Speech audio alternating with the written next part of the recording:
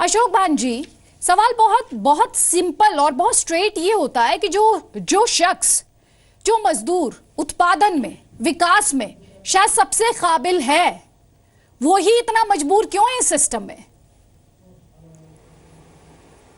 वो इसलिए मजबूर है क्योंकि ये सरकारें जो आती है इनका अपना एजेंडा होता है। आज की सरकार को कॉरपोरेटाइजेशन का एजेंडा है और सारा कॉरपोरेटों के हित में सोचने की प्रयास है इनकी। मगर आज अगर आप देखें कानून के हिसाब से 90% मज़दूर आज कैजुअल है, उनके पास कोई प्रोटेक्शन नहीं है, कोई इंश्योरेंस नहीं है, हेल्थ स्कीम नहीं है, जितने भी लॉज हैं वो शायद सारे इम्प्लीमेंट भी नहीं होते हैं। जब भी हम सुप्रीम कोर्ट में या हाई कोर्ट्स में जाके जुडिशरी को सेंसिटाइज करते हैं, जुडिशरी का रिस्पांस बहुत अच्छा आता है और शुरू से ही जुडिशल एक्टिविज़म ने कुछ रिफॉर्म इंट्रोड्यूस करने की एक पहल की थी। मगर सरकार जो इनसेंसिटिव है इस प्रॉब्लम के लिए, लेबर्स के लिए, क्योंकि लेबर ही बेसिक स्ट्रक्चर है जो हमारा इंफ्रास्ट्रक्चर बनाता है और जो हमारी फैक्ट्रीज़ इंस्टॉल करता है, बनाता है, उत्पादन में हमारा योगदान देता है। अगर हम उनको जेन्युइन जो बेसिक फैसिलिटीज़ हैं, मैंने जैसे पहले कहा कि सारे कम्युनिटी, लेबर कम्युनिटी 90% कैजुअल है, तो इनको कोई प्रोटेक्शन ही नहीं है, इनका कोई एक्सीडेंटल इंश्योरेंस नहीं है, इनका कोई कोऑपरेटिव इंश्योरेंस नहीं है। और जो भी ये लॉ लाना चाहते हैं, आज एक कोड बिल पड़ी है पार्लियामेंट के पास जी। उस पे कोई बहस ही नहीं। अभी तक उनके रिप्रेजेंटेटिव्स जो हैं जेन्युइन मज़दूरों के, उनके साथ कोई बात ही नहीं हुई है। अपोजिशन के साथ रूलिंग पार्टी का कोई कंसेंसस होता नहीं है। हाल में ही पूर्व प्रधानमंत्री मनमोहन सिंह ने इसकी बहुत नुक्ताचीनी की है। तो जब तक प्रधानमंत्री भले ही शायद वेल इंटेंशन्ड हो, भले ही अपने आप को प्रथम मजदूर कहें, मगर उनको सबको साथ चला के लेबर कम्युनिटी के लिए कुछ न कुछ प्रयास करना पड़ेगा, तभी मेक इन इंडिया और जो भी स्लोगन मोदी जी के हैं तभी इसमें कुछ आगे बढ़ सकते हैं। लेबर के बगैर, लेबर कम्युनिटी के बगैर कोई मेक इन इंडिया नहीं बन सकता। जैसे हाल में ही आपने देखा कि जुडिशरी में भी एक प्रॉब्लम है। हाल में चीफ जस्टिस ऑफ इंडिया ने भी कहा कि मेक इन इंडिया तब तक कामयाब नहीं होगा जब तक जुडिशरी में एक अच्छा रिफॉर्म नहीं होगा। तो हर वर्ग में एक रिफॉर्म की ज़रूरत है और लेबर में पर्टिकुलर, क्योंकि लेबर ही बेसिक स्ट्रक्चर है हमारी डेवलपमेंट का, हमारी उत्पाद का। बिल्कुल।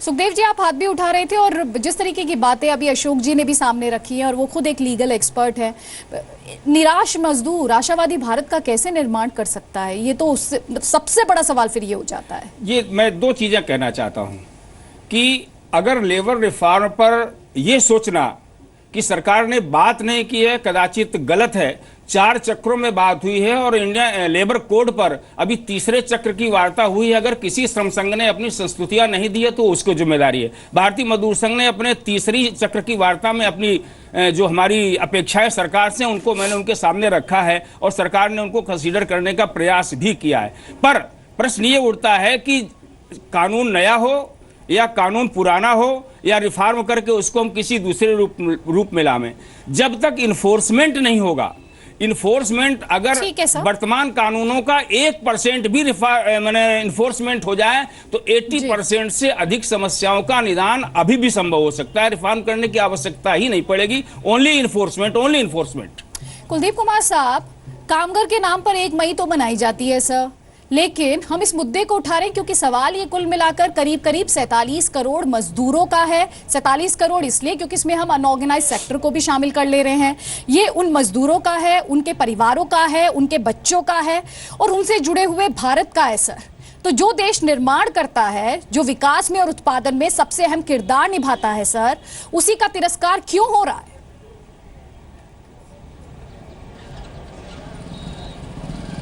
दरअसल जो सरकार है मज़दूरों को आज आंदोलन को दबाना चाहती है, मज़दूर ज़्यादा संगठित ना हो इनके ऊपर कार्रवाई करती है।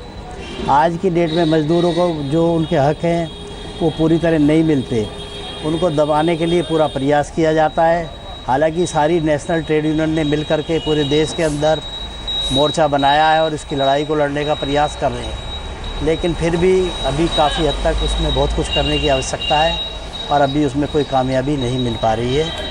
लेकिन आंदोलन जारी है जी और शीघ्र ही एक दिन ऐसा आएगा कि मज़दूरों को उसका हक मिलेगा। जी जवाहर सिंह साहब, आंदोलन जारी है, आंदोलन अरसे से चल रहा है, दशकों से चल रहा है, नतीजा अभी जमीन पर दिखाई नहीं दे रहा है।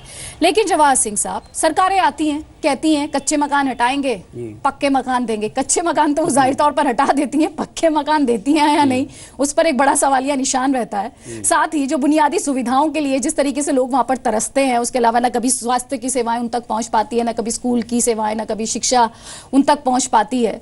ये सब क्या है? ये अभी पिछले दिनों लेबर कंस्ट्रक्शन बोर्ड बना। लेबर कंस्ट्रक्शन बोर्ड में बहुत सारा पैसा जमा किया राज्य सरकारों ने अलग अलग। दिल्ली सरकार का भी 10-12 करोड़ जमा है और रजिस्ट्रेशन लोगों का हुआ जी। पर रजिस्ट्रेशन करने वाले लोगों ने और लेबर बोर्ड ने और लेबर डिपार्टमेंट ने किसी तरह की ऐसी योजना नहीं लागू की जिसकी बेटी का विवाह के लिए कुछ पैसा मिल जाए, उसे घर बनाने के लिए कुछ मिल जाए, कुछ उसके जो है भविष्य के लिए मिल जाए, उसकी 60 साल के बाद पेंशन लगातार लागू हो जाए। ऐसा दिल्ली में कुछ नहीं हुआ और पैसे पे जो है जम करके दिल्ली सरकार और भारत सरकार के लोग बैठ गए। अब तो उस पर अधिकार भारत सरकार का हो गया है। पहले दिल्ली सरकार का ही लेबर मिनिस्टर उसका जो है चेयरमैन होता था, अब भारत सरकार ने अपना चेयरमैन रखा है। लेकिन उस पैसे को उन लोगों तक नहीं भेजा जो है बिल्डिंग बनाते हैं, सड़क बनाते हैं, रोड बनाते हैं, अनऑथराइज जिनका कोई रजिस्ट्रेशन होता है। परंतु आज सबसे ज़्यादा दुखी अनऑथराइज वर्कर है, जिसका कोई रजिस्ट्रेशन नहीं, जिसका कोई मतलब नहीं, घरों में काम करने वाला जो सर्विस देता है, सर्विस प्रोवाइडर सबसे ज़्यादा दुखी है। जो घर में काम करता है, जो मतलब मकान बनाता है, जो मतलब सड़क बनाता है, रोड बनाता है, बिल्डिंग बनाता है और पुल पुलिया बनाता है, बढ़िया शहर बनाता है, उसके लिए जीवन के लिए कोई इस तरह का कानून इस तरह का नहीं है कि उसे जो है पक्की तौर से फायदा हो जाए। कानून बनते हैं, कानून बने हैं, लेकिन वो कानून ठंडे बस्ते में चले जाते हैं, सरकारें देखती नहीं, सोचती नहीं। लेबर कंस्ट्रक्शन बोर्ड का जब कानून बना बहुत लंबे संघर्ष के बाद, तो लोगों ने सोचा कि अब मजदूर का भला हो जाएगा, अब चौक पे बैठने वाला मजदूर कुछ पा जाएगा। लेकिन आज भी चौक पे बैठा रहता है और कुछ नहीं मिलता उसे पता ही नहीं लगता। उसमें भी बहुत सारे लोगों ने लेबर कंस्ट्रक्शन वर्कर के अलावा दूसरे मजदूरों को लेबर कंस्ट्रक्शन वर्कर की क्यों बात कर रहे हैं? हम सबके घर में काम करने के लिए डोमेस्टिक हेल्प आती है। वो भी तो हम बता रहे हैं। बच्चे जब हमारे घर में आते हैं तो मैं उनकी आंखों में एक तरीके की इनसिक्योरिटी देखती हूँ, मैं उनकी आंखों में एक तरीके की असुरक्षा देखती हूँ। वो आके डर जाते हैं मेरे घर में। हाँ, डर जाते हैं। उनके बच्चों के लिए तो कोई इस तरह का जो प्रावधान ही नहीं है कि वो जो है किसी अपनी कम्युनिटी से बड़े आदमी के साथ में कोई सोच नहीं रहा है। उसके बारे में तो कोई सरकार कोई सोचती नहीं। अभी जो है कुछ स्कूलों में, अच्छे स्कूलों में दाखिला के लिए 25% कोटा उनका बनाया था, लेकिन वो भी नहीं लागू हुआ। क्या कुछ बच्चे उसमें चले जाएं और थोड़ा जीवन सुधर जाए उनका? सुदेश्वर शुक्ला साहब, मैं एक हस्तक्षेप रख सकता हूं? जी जी बिल्कुल, बोलिए। हाँ, मैं लगातार असंगठित क्षेत्र के मजदूरों के बारे में आपने कुछ चर्चा उठाई है। ये सबको मालूम है कि देश के मजदूरों का 92% हिस्सा अभी असंगठित क्षेत्र से आता है और कृषि संकट के चलते एक बड़ा हिस्सा मजदूर वर्ग का असंगठित क्षेत्र में शामिल हुआ है। अभी प्रधानमंत्री एक घोषणा लगातार कर रहे हैं कि 1000 रुपया पेंशन देंगे।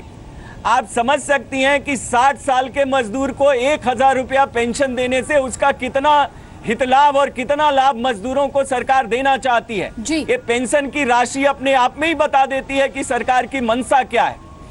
दूसरा, इस देश के अंदर तमाम राज्यों के अंदर सनिर्माण बोर्ड बनवाए गए हैं। भवन निर्माण के मजदूर जो सबसे ज्यादा शोषित हैं, वो सनिर्माण बोर्ड का जो कंस्ट्रक्शन वर्कर्स एक्ट है उसको सभी राज्यों में ठीक तरीके से लागू नहीं किया जा रहा है, हित लाभों को लागू नहीं किया जा रहा है। मजदूरों को कुछ देने के नाम पे सरकारें लगातार चुप्पी साध लेती हैं। जी तो दरअसल उसमें डोमेस्टिक वर्कर भी है। डोमेस्टिक वर्कर का बोर्ड भी अभी नहीं बन पाया है अलग अलग राज्यों के अंदर। जी। तो मेरे कहने का मतलब यह है, समाज के सबसे ज्यादा शोषित वर्गों के लिए बातें तो सरकारें बहुत करती हैं, जी। लेकिन दरअसल उनको लागू करने के नाम पे सरकारें पूरी तरह से जीरो हैं। जी कुलदीप कुमार हेलो। साहब, लेबर मिनिस्टर बंडारू दत्तात्रेय ये कहते हैं कि ट्रेड यूनियंस जो है वो बहुत ज्यादा पॉलिटिकली मोटिवेटेड है, वो भी कहीं ना कहीं जो काम सरकार करना चाहती है, जो फायदा पहुंचाना चाहती है, उसमें अड़ंगा डालने का काम करते हैं। नहीं, ऐसा कुछ नहीं है। ये हकीकत है कि कोई ना कोई जो ट्रेड यूनियन है किसी ना किसी नेशनल पार्टी के साथ जुड़ी हुई है, लेकिन वो इंडिपेंडेंट अपना काम करती हैं। आपने देखा पीछे INTUC ने जो है अपने सरकार के खिलाफ भी प्रदर्शन के अंदर हिस्सा लिया और पूरे देशव्यापी हड़ताल कराई, और इस बात को भूल गई कि वो कांग्रेस की सरकार है या किसकी सरकार है। और आपने सर, देखा एक क्या बात पूरे बताइए, हिंदुस्तान मुझे में ब्रेक हड़ताल जाना हुई, है, एक क्या नहीं 2 दिन की भी सॉल्यूशन हड़ताल है? हुई। कुलदीप साहब, क्या हड़ताली सॉल्यूशन है? क्या उससे मजदूर की हड़ताल स्थिति कोई बदल रही solution नहीं है? है। क्या उसे लेकर लोगों की हड़तालें मानसिकता बदल solution- रही है? हड़तालें सोल्यूशन नहीं है, पर क्या बिगर हड़ताल के कोई सुनने वाला है? कोई मजदूरों की आवाज़ सुनने वाला है? अभी सर, अभी पीछे तक दिल्ली आपने की कितनी सरकार ये हड़तालें कह कर के ली हैं, दिल्ली में सर? सरकार बनाने में कामयाब हो गई। सर, अभी तक आपने कितनी हड़तालें कर ली हैं और हमने तो उससे जो भी कितनी हड़ताल हुई तस्वीर जब बदल गई सेंटर है ने सर? डिक्लेयर, नहीं हमारी बात ना करें आप। हमने 66% के बढ़ोतरी एक दिन की हड़ताल के अंदर दिल्ली के बिजली मजदूरों की कराई थी।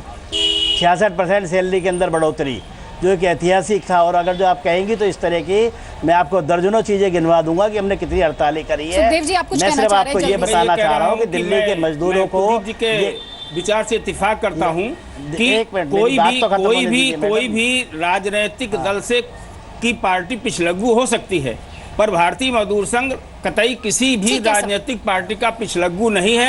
सरकार अगर मजदूरों के हित में काम करती है तो हम उसको स्वागत करते हैं, और अगर वो मजदूरों के विरोध में काम करेगी तो संघर्ष करने में पीछे नहीं है। जैसा ठीक कि है अभी सर। आपने PF में देखा 46 स्थानों पर, अभी 27 तारीख को उन्होंने जो PF में ठीक है। किया तो उसके खिलाफ मैंने आंदोलन की। इसलिए अगर सरकार अच्छा काम करेगी तो समर्थन करूंगा, विरोध में काम करेगी तो हमने- कतई भी समर्थन नहीं रहेगा।